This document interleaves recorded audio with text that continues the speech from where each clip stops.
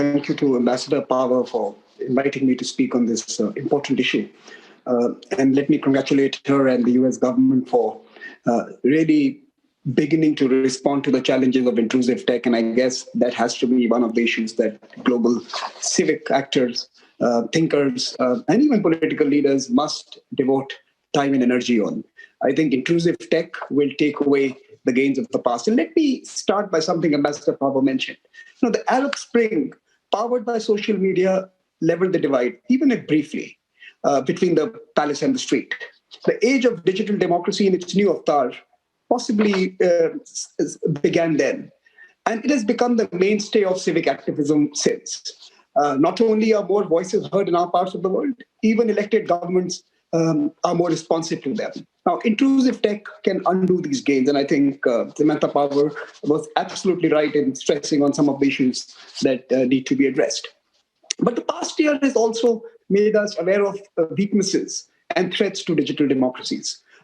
First, the very platforms that have fueled the call for accountability often see themselves above scrutiny, bound not by democratic norms, but by bottom lines. Acquisition metrics and market valuations don't necessarily serve democracy too well. The contradiction between short-term return on investment and, of course, the long-term health of a digital society is stark.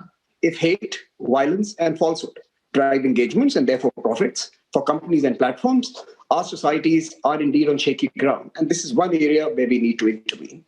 We must also ask, are digital infrastructure and services proprietary goods or are they public goods? The answer should be obvious.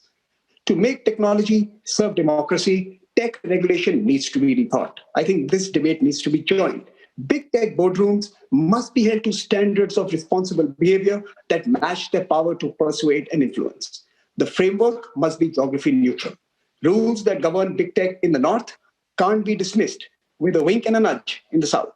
And this is something, again, civic actors must stress on. Second, and this is important, much of big tech is designed and anchored in the US. Understandably, it pushes American or perhaps Californian free speech absolutism. This is in conflict with laws in most democracies, including in the US after January 6th. While protecting free speech, societies seek safeguards to prevent undesirable consequences, especially violence. If American big tech wishes to emerge as global tech, it must adhere to democratic norms globally.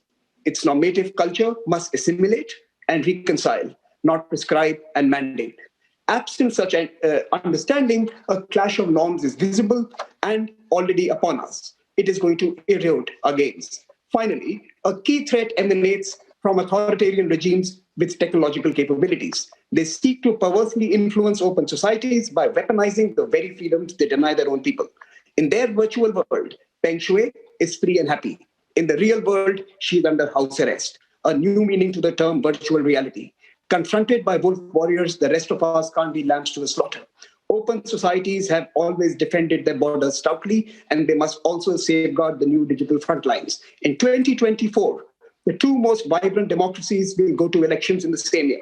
The first time in our digital age. We must not allow authoritarian states or their agents to manipulate public participation at the hustings. As I conclude, let me leave you with a thought. It's not darkness alone that kills democracy. Runaway technology, steeped in nihilism, could strangulate it. Just scroll down your social media feed this evening.